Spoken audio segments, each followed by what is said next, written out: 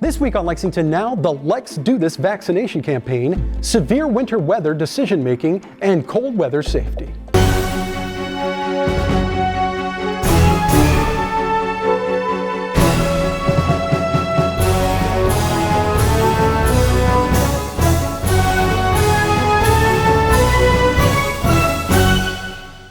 I'm Neil Noah, and welcome to Lexington Now for the week of February 15th, 2021. We're coming to you from Consolidated Baptist Church, which is where the city of Lexington is kicking off a new COVID vaccine awareness campaign. Mayor Gorton was joined by Governor Andy Beshear to announce Lex Do This. Thank you to all of the faith leaders who are here today to give a shot in the arm to this effort and to encourage our citizens to get a vaccine by getting a shot in the arm themselves. We are kicking off a public awareness campaign today. Let's do this to convince more citizens to get the vaccine. I'm so proud today to welcome our governor to Lexington. He made a special effort to stop by, even though his schedule is really packed today, as I suspect it is every day. Andy Beshear has saved countless lives in his work to protect Kentuckians from COVID-19. Amen. He can't stay too long, but we are so glad he's here to start us off. Governor Beshear?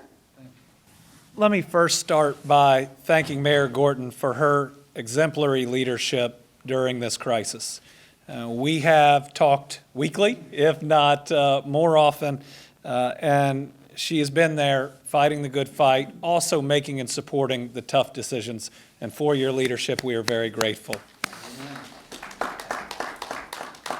And to our faith leaders, I know today is just the next day in your leadership in fighting this pandemic, that each and every day that we have been faced with this deadly virus, you've been out there showing the example and showing the way on how we protect one another, how we do the right thing.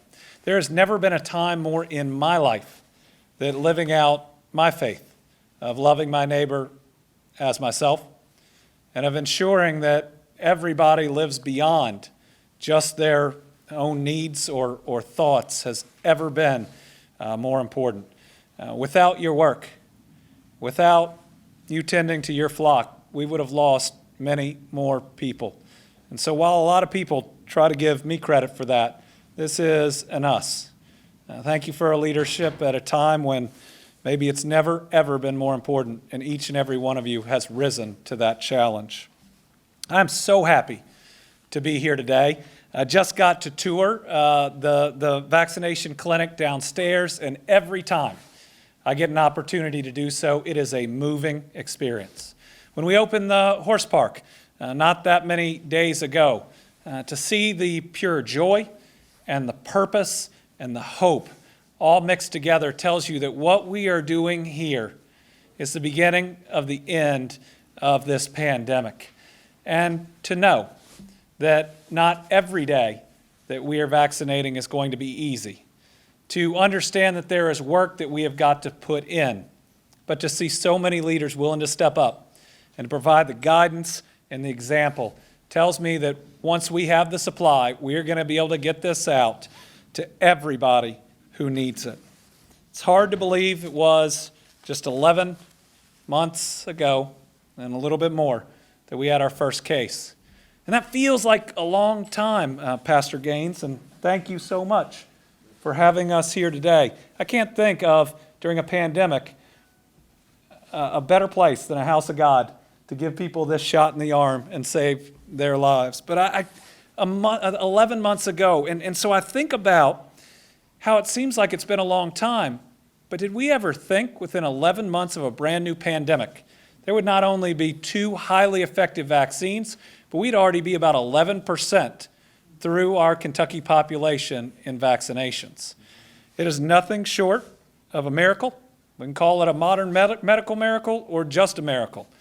But what we have seen is truly special, and our job is to keep it up. Sadly, we've lost over 210 Lexington residents to this disease in the last year, and that's what makes this campaign that we're starting today so important. The COVID vaccines can help us achieve more community immunity so that we can begin interrupting the spread of the virus throughout the city. Both vaccine products, as you've heard, are highly effective, protecting over 90% of those who have received the 2-dose series from developing symptomatic illness. And millions have already been vaccinated nationwide with very few severe reactions or effects. So, though vaccine supplies are not as plentiful as we'd like, community vaccinators are seeing more and more, or receiving more and more vaccine supplies each and every week. So it's now time for our 70 and older population to be vaccinated, along with healthcare workers, K through 12 staff, and first responders. We want everyone in the community to be vaccinated. Please be patient, be persistent though in seeking vaccination as more opportunities become available. Let's do this. Let's work together to ensure that all Lexington residents can step up and receive their vaccine to be protected against COVID-19. Thank you, Mayor.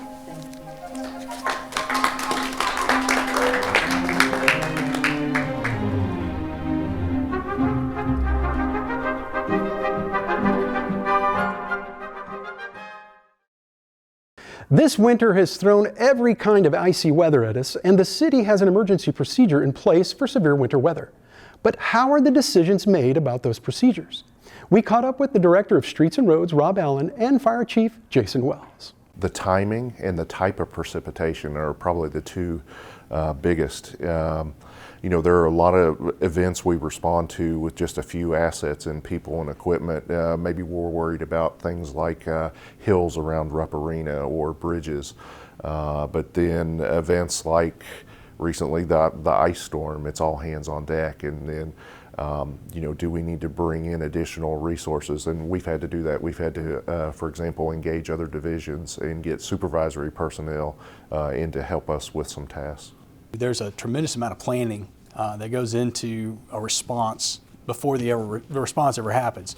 So prior to this weather coming in, we sat down with our executive team and with all of our command level officers trying to get ideas of how we were going to best respond to this. And ultimately what we do is just fall back on the plans that we've utilized for severe weather before, and every time there's lessons learned that we take from that. So the biggest things that we do are make sure that our personnel are warm and ready and we're completely staffed up. And then we have to make sure that anything that we may need, if it's reserve apparatus, oftentimes chainsaws, any kind of specialty apparatus, we make sure that those are up, running. We have a number of trailers that have specialized equipment in them for specialized rescue and that type of thing. Those are always checked and ready to go. We've had plenty of fuel. And then we also make sure that the station generators, because it's not uncommon for a station to lose power in a ice storm or something of that nature. So all those generators are ready to go, and it's just that planning process that goes into it anytime that we have a heads up that there's likely to be severe weather.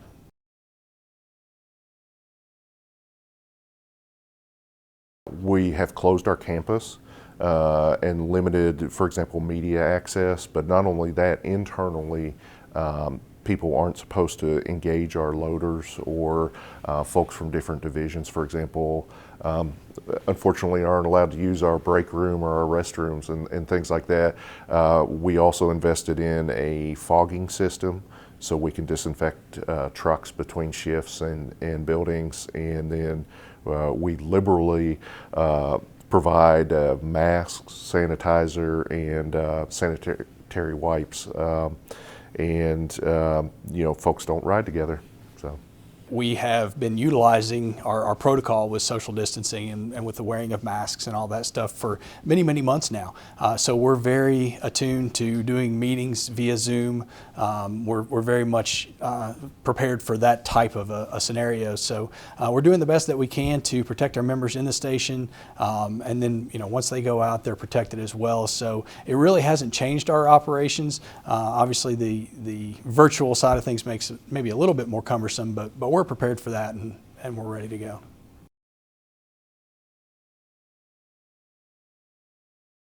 The big thing is slow down.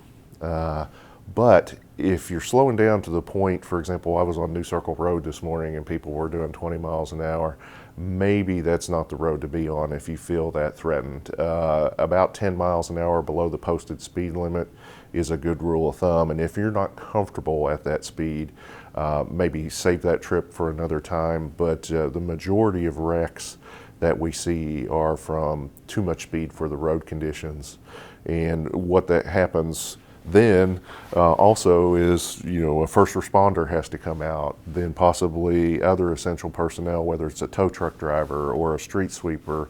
And we're in the middle of a pandemic, so we're also increasing exposures that way. So slow down and don't get out if you don't have to.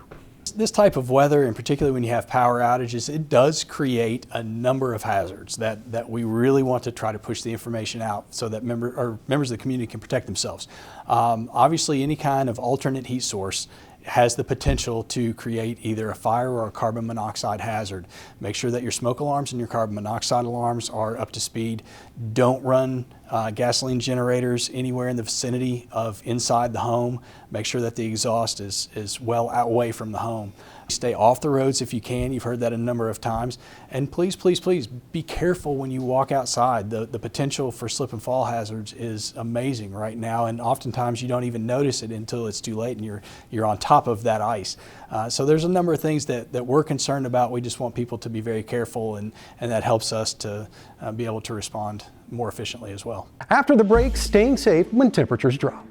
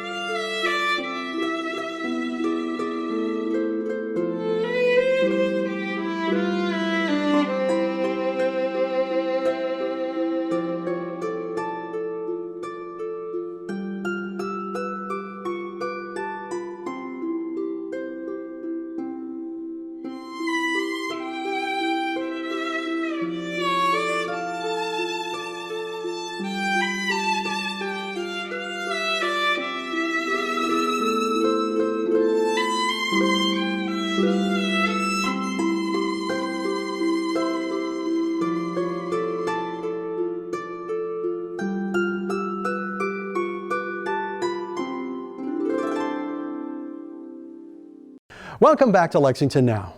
There's an old saying in Kentucky that if you don't like the weather, just wait 5 minutes. Well, this time of year, that often includes bitter cold. Here's what to do to stay healthy and safe when those thermometers drop. Like it or not, winter is upon us. And it often brings hazards like snow and ice. But there is another danger that is not as frequently addressed, and that is the cold.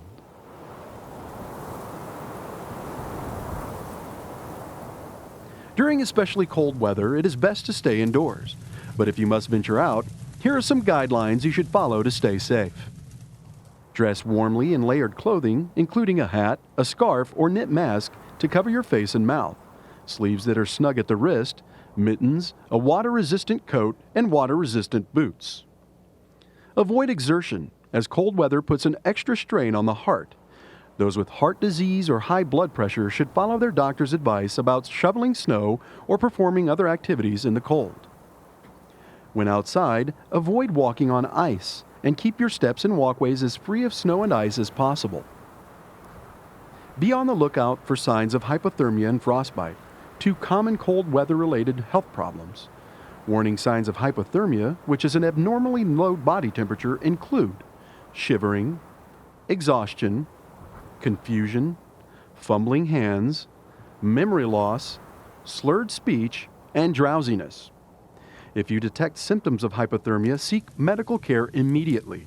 Get the victim into a warm room and remove any wet clothing. Warm the center of the body first with an electric blanket if available.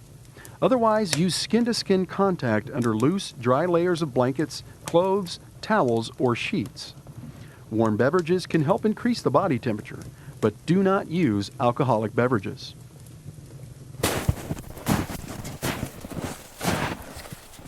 Warning signs of frostbite or an injury to the body caused by freezing include redness or pain in any skin area, white or grayish-yellow skin, skin that feels unusually firm or waxy, and numbness.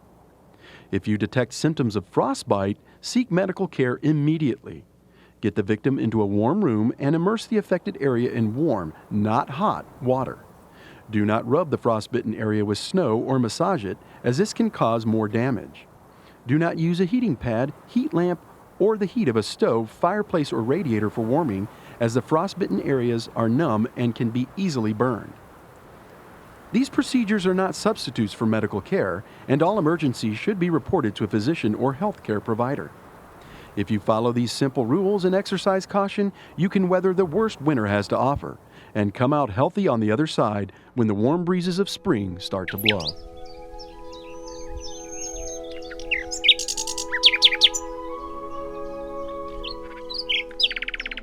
Most meetings at City Hall continue to run virtually, but we are bringing many of these meetings to you live. Check out our website for the most accurate and up-to-date coverage of city business. And for the latest on how the city is handling the pandemic, visit our official response site, including test sites. Simply click on the banner at the top of our home page. That's all for now, but as always, you can keep up with us on social media, check out the latest traffic updates on Twitter @LexRex, or catch our live traffic cams on lexingtonky.gov. For all of us at Lex TV, I'm Neil Noah, and that's it for now.